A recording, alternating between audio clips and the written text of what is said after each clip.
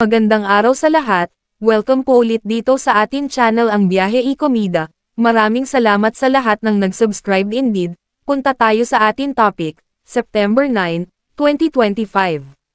Alden at Catherine wagi ulit sa Content Asia, malabo ng magkaayos. Umaani ng pagkilala ang ABS-CBN sa hanggang ibang bansa matapos itong mag-uwi ng mga bigating parangal sa Content Asia Awards 2025 na ginanap kamakailan. Wagi ang family drama na Saving Grace ng Bronze Award para Best TV Format Adaptation, Scripted, in Asia, habang kinilala naman ang child star na si Zia Grace Bataan, na gumanap bilang Mary Grace Banaag sa serye, na Best Supporting Actress in a TV Program, Series Made in Asia. Ang blockbuster hit na Hello, Love, Again, na pinagbidahan ni Catherine Bernardo at Alden Richards, ay naiuwi ang Bronze Award sa Best Asian Feature Film na kategorya at Viewers' Choice Award para sa Favorite Asian Movie, habang ang theme song nitong Palagi, na inawit ni KZ Tandingan at TJ Monterde, ay naiuwi ang silver na parangal para sa Best Original Song for an Asian TV Series, Program or Movie na kategorya.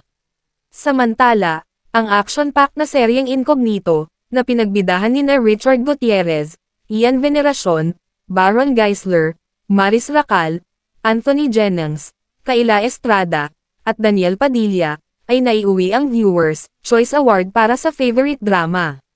Wagi rin sina Kim Chu at Paulo Avellino ng Viewers' Choice Awards at kinilalang Favorite Actress at Favorite Actor para sa kanilang husay sa What's Wrong with Secretary Kim. Ang Content Asia Awards ay kinikilala ang mga huwaran sa industriya ng telebisyon at pelikula sa rehiyon. Anyway, tuloy ang intrigang may gap, di umano sina Alden and Catherine at sa kasalukuyan daw ay wala talagang pag-asa na magkasundo sila. Patuloy na bisitahin ang website ng Philstar ngayon. E-click ang link sa description box. At yan ang ating latest showbiz chika update for today. Huwag kalimutan mag-subscribe, i-click ang notification bell for more showbiz chika updates at suportahan po ang ating Facebook page. Maraming salamat sa lahat ng nag-subscribe indeed. Magandang buhay sa lahat. Adios.